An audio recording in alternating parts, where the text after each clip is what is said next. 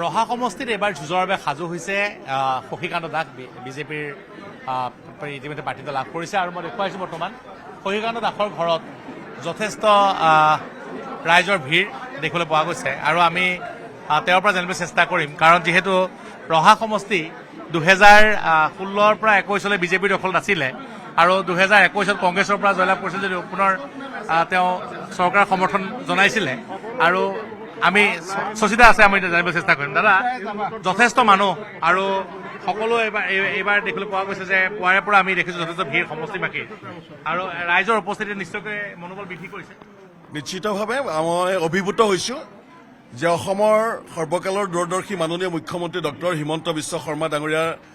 নেতৃত্বাধীন অসম চৰকাৰে যোৱা সময়খিনিত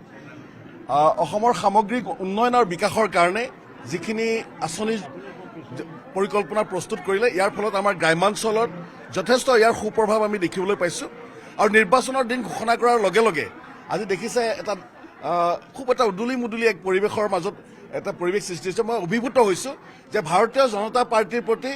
আমাৰ ৰাইজৰ যিটো অকুণ্ঠ সমৰ্থন মুখ্যমন্ত্ৰীগৰাকীৰ প্ৰতি ৰাইজৰ ৰহা সমষ্টিবাসী ৰাইজৰ যিটো মুকলি সমৰ্থন মই অভিভূত হৈছোঁ আৰু ইয়ে প্ৰমাণ কৰে আগন্তুক আমাৰ বিধানসভা নিৰ্বাচন 2026 চনত পুনৰ অসমৰ মুখ্যমন্ত্ৰী যে ডক্টৰ হিমন্ত বিশ্ব শৰ্মা হ'ব আমাৰ এই পৰিৱেশে তাইৰ ইংগিত বহন কৰিছে হয়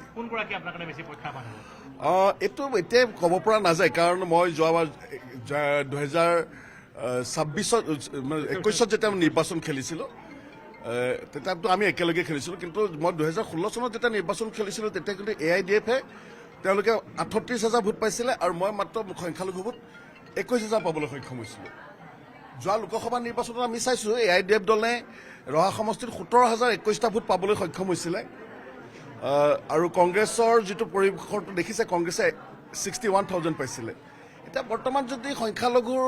AIDFৰ যিটো ভোট বিভাজন ঘটিছে আৰু মুকুট দাসৰ কিন্তু ৰহা সমষ্টিৰ এটা স্থানীয় হিচাপে আৰু 32টা বছৰ তেওঁ সমাজ সেৱাৰ লগত জড়িত হৈ থকা তেওঁৰ এটা হেৰিতা আছে গতিকে AIDF আৰু কংগ্ৰেছ দুইটাই আমাৰ কাৰণে প্ৰত্যাহ্বান আমি দুইটা সাম্প্ৰদায়িক দলৰ বিৰুদ্ধে আমি ভাৰতীয় জনতা পাৰ্টী আমি যুঁজ দিম মই নিশ্চিতভাৱে অসমৰ মাননীয় মুখ্যমন্ত্ৰী ডক্টৰ হিমন্ত বিশ্ব শৰ্মা অহাটো একান্তভাৱে কামনা কৰিম মই অনুৰোধ জনাইছোঁ ইতিমধ্যে প্ৰগ্ৰেমটো এতিয়ালৈকে ফাইনেল হোৱা নাই তেখেতে নিশ্চিতভাৱে আমাক জনাব মই অসমৰ মাননীয় মুখ্যমন্ত্ৰী ডক্টৰ হিমন্ত বিশ্ব শৰ্মা ডাঙৰীয়া আৰু যোৱা সময়খিনিত আমাৰ ৰহা সমষ্টিৰ বিধায়ক হিচাপে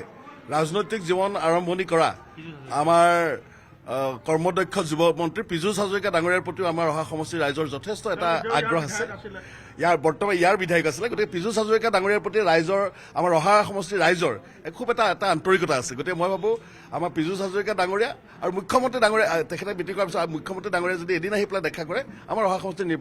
নিৰ্বাচন আমাৰ ভাৰতীয় জনতা পাৰ্টীয়ে নিৰ্বাচন খেলিবলৈ এতিয়ালৈকে থোৱাই নাই বিভিন্ন উন্নয়নমূলক কাম আঁচনি বিভিন্ন অনুষ্ঠান প্ৰতিষ্ঠানে আমি ৰাইজৰ লগত আজি 4টা বছৰে আমি ৰাইজৰ লগত আমি সংলগ্ন হৈ আছোঁ ৰাইজৰ লগত একাত্ম হৈ আছোঁ নিশ্চিতভাৱে ভাল হ'ব শশীকান্ত দাস আৰু তেওঁ যথেষ্ট আত্মবিশ্বাসী আৰু এটা কথা ক'ব লাগিব যে এইবাৰ ৰহাত বিজেপি বিজয় নিশ্চিত বুলি কৈছে আৰু মুখ্যমন্ত্ৰী আৰু পীযুষ হাজৰিকাই আহি পেলাই ৰহাত প্ৰচাৰ চলাব বুলিও তেওঁ আশা কৰিছে আপুনি বিচৰা বাতৰি পাব কেৱল নিউজ 18 এপত নিউজ 18 এপ ডাউনলোড কৰিবলৈ স্কেন কৰক এই QR কোড গুগল প্লে ষ্টৰতো পাব এই নিউজ 18 এপ